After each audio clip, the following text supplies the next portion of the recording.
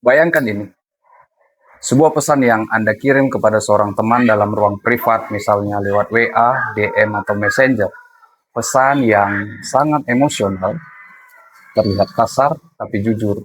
Tiba-tiba berubah menjadi konsumsi publik dalam hitungan jam. Anda yang tadinya hanya marah dalam lingkaran terbatas, ini dihakimi oleh ratusan, bahkan ribuan orang yang tidak pernah mengenalnya karena pesan Anda bocor. Di screenshot, lalu dipublik ke ruang publik. Pertanyaannya, siapa sebenarnya yang paling bermasalah? Yang marah, yang membocorkan, atau yang menyebarkan?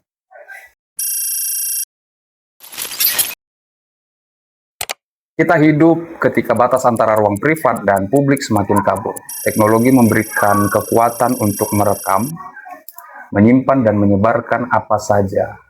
Tapi masalahnya bukan pada teknologinya, tetapi pada etika manusia yang tidak berkembang secepat alatnya. Kasus sederhana misalnya antara si A, si B, dan si C. Ini adalah miniatur dari krisis besar demokrasi di ruang publik digital hari ini. Si A kecewa. Ia mengekspresikan kemarahannya pada si B melalui pesan pribadi. Bahkan dengan nada yang tidak pantas. Dalam etika klasik, ini jelas bukan tindakan yang ideal. Kebajikan terletak pada pengendalian diri. Dan kemarahan yang tidak terkendali adalah tanda karakter yang belum matang. Namun, kesalahan si A masih berada dalam ruang interpersonal. Ia tidak berteriak di alun-alun publik. Ia tidak memprovokasi massa. Ia hanya gagal mengelola emosinya dalam ruang yang ia anggap aman. Lalu masuklah si B. Alih-alih merespons secara dewasa, entah itu dengan mengklarifikasi, menegur, atau mungkin saja mengabaikan. Tapi si B memilih jalan lain, membocorkan pesan tersebut kepada si C. Di sini persoalan berubah. Ini bukan lagi soal emosi, tapi sudah soal kepercayaan. Dalam rangka pemikiran Immanuel Kant, tindakan si B bermasalah secara moral karena ia memperlakukan si A bukan sebagai pribadi yang harus dihormati, melainkan sebagai alat. Pesan privat dijadikan komoditas, relasi personal dikorbankan demi sesuatu yang lain, entah itu pembenaran diri, entah itu loyalitas, atau sekedar sensasi. Dan kemudian si C melakukan apa yang paling merusak. Ia membawa konflik privat ke ruang publik. Dan di titik inilah, kita tidak lagi berbicara tentang kesalahan individu semata, tetapi tentang kerusakan struktur etika dalam ruang publik di era digital. Tindakan si C bukan hanya tidak etis, tetapi juga berbahaya.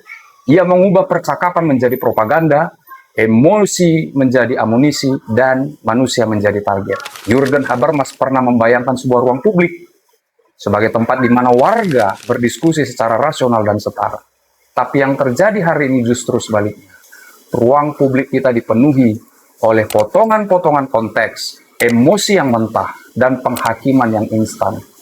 Dan yang lebih ironis, publik kemudian ikut terlibat menghujat si A tanpa memahami konteks penuh.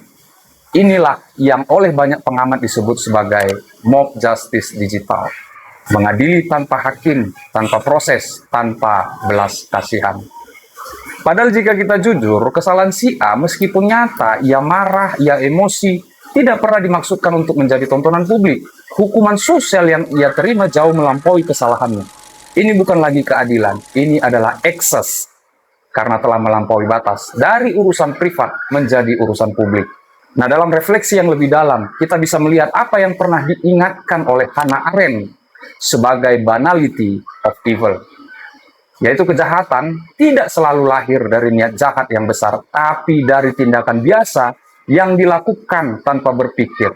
Si B mungkin hanya merasa berbagi, si C merasa hanya meneruskan.